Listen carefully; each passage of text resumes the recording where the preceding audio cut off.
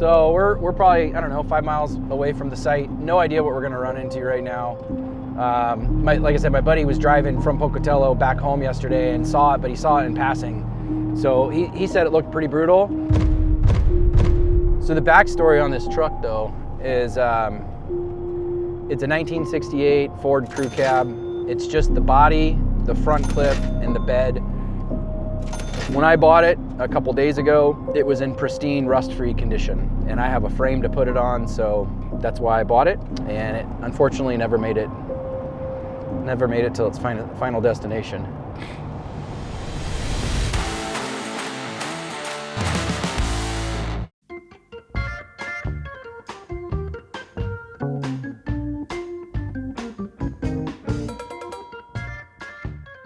So I'm having ISP and I'm having probably Elmore County out there. Okay, so we'll just follow you. We'll follow you in. Out, and then okay. I gotta give ISP a call and know that we're on our way.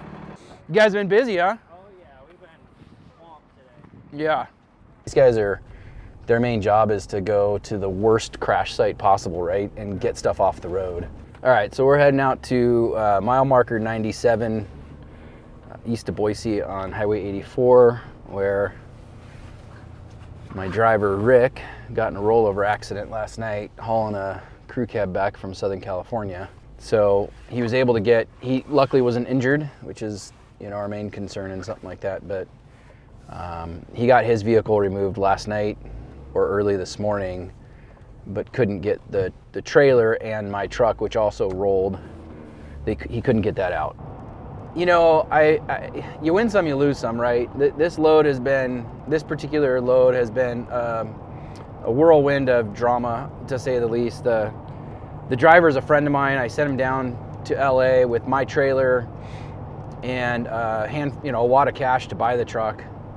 He lost the cash going down. Huh? That was our first hiccup. Him losing an envelope full of cash, right? I think I secured the deal on this truck Thursday, and the seller down in LA wanted cash, right? Well, I'm up here in Idaho, 13 hours away. My in-laws are in town. My 3-year-old's birthday's happening. I'm not getting away, right?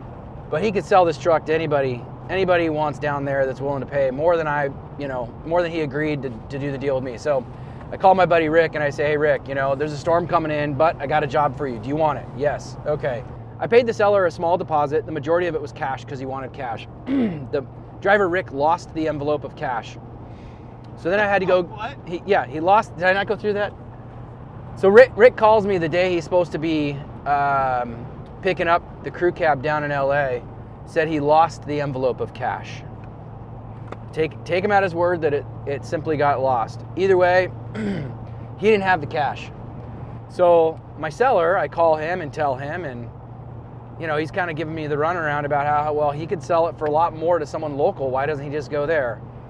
So at this point, my driver Rick was already down in LA, ready to make the pickup. So I negotiate with the seller. I said, look, I'll send you a cashier's check. You'll get it on Tuesday. So at this point, we've purchased the truck twice, essentially, right? The seller ended up letting Rick come pick it up without receiving the cashier's check. He said he knew me, he knew my business.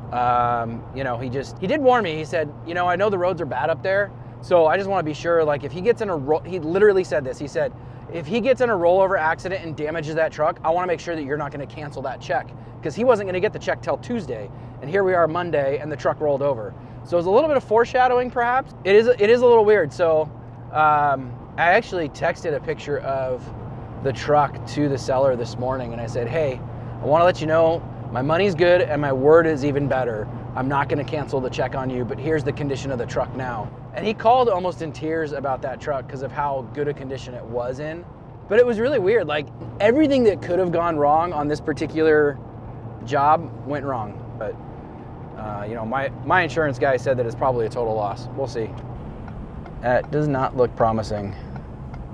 Over what they want me to do, but I'm gonna go. Jeez. Hold on. I'm gonna get in front of these guys. Oh, jeez. It's not good.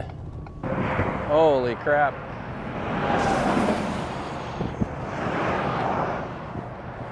This does not look good. Sheesh.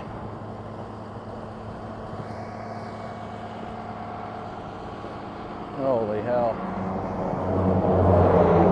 Well, I would say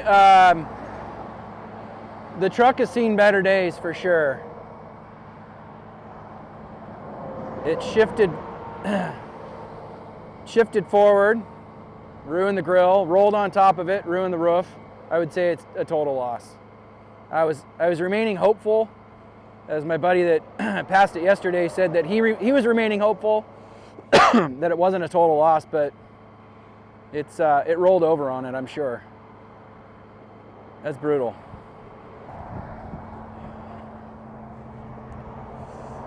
Jeez. Holy hell.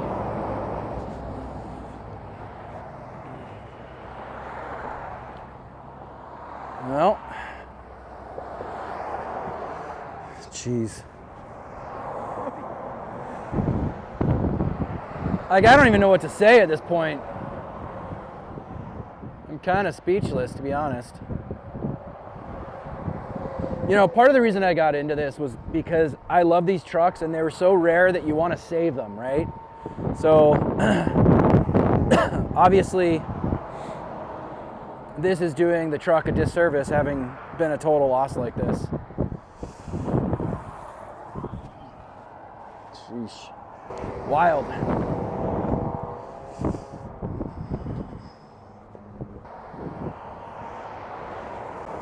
Actually required to, I think, aren't they?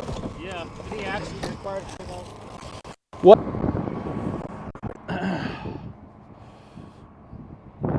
Hold on, I'm gonna help clean up here. That's right, I gotta clean up my own wreck that I didn't cause, and the truck that wasn't mine, and the crap that wasn't mine. But, you know, that's what's called being a good citizen. This is a first experience for me. Never been out after a storm to clean up a wreck that wasn't mine, but here I am. It doesn't make it the most expensive truck so far, no, but it's the one that I purchased the most time and never got to see the benefit of it. Yes.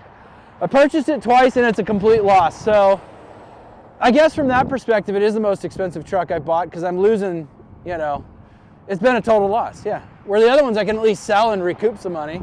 I may not make some money, but this, I don't think there's any money to be made on this anymore. I don't think even a rear door on it or any body part is unscathed. I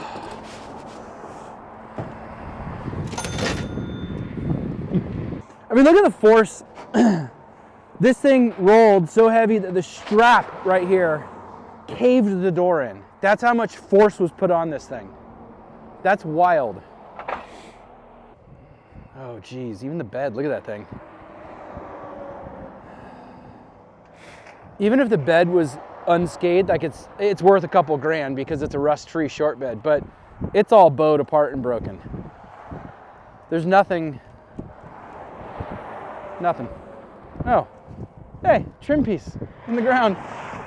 Look at that.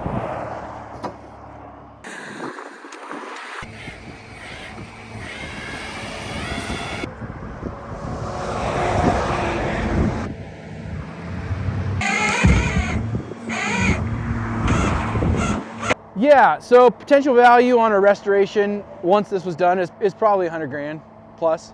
Getting a rust-free cab is something that you don't ever find. These trucks were all logging trucks or railroad trucks, or they were just really worked hard in the 60s.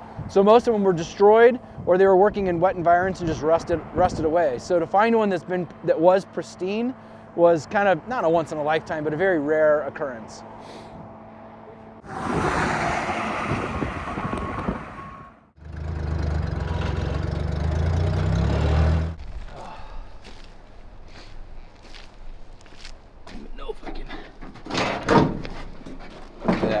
Door still opens though, so I think we could probably make something of it. You have to back up a little bit and discuss. Like I purchased this truck because of what it was. It's a 68 short bed crew cab, and I had a frame 68 short bed 4-wheel drive crew cab that needed a frame. So I had really really high aspirations for this crew cab, and to see it now in this state is just deflating, to be honest.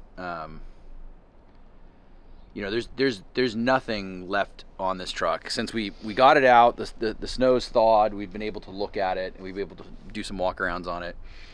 there's really nothing left here. So that, you know, the takeaway is it's a quick way to lose 30 grand. You know, that's the takeaway.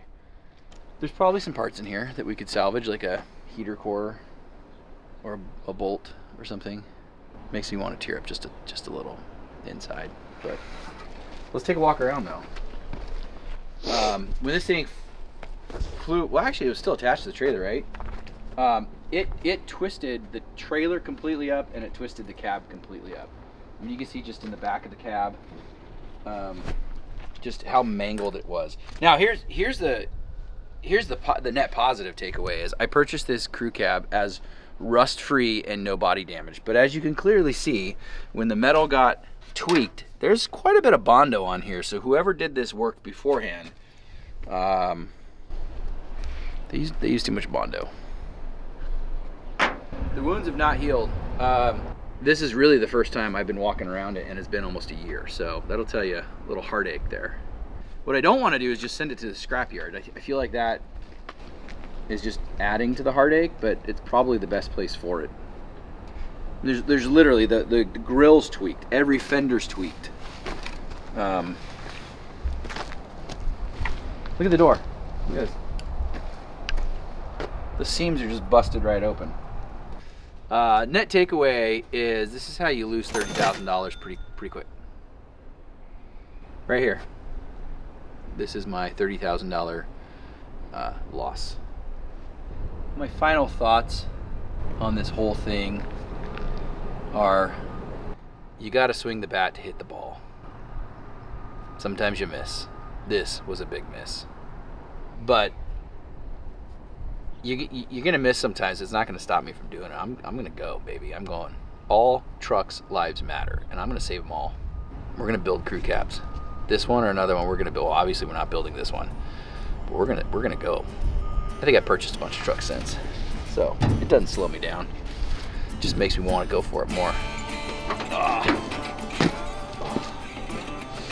There you go. I don't even think the tailgate is good. Like, I honestly don't think the tailgate's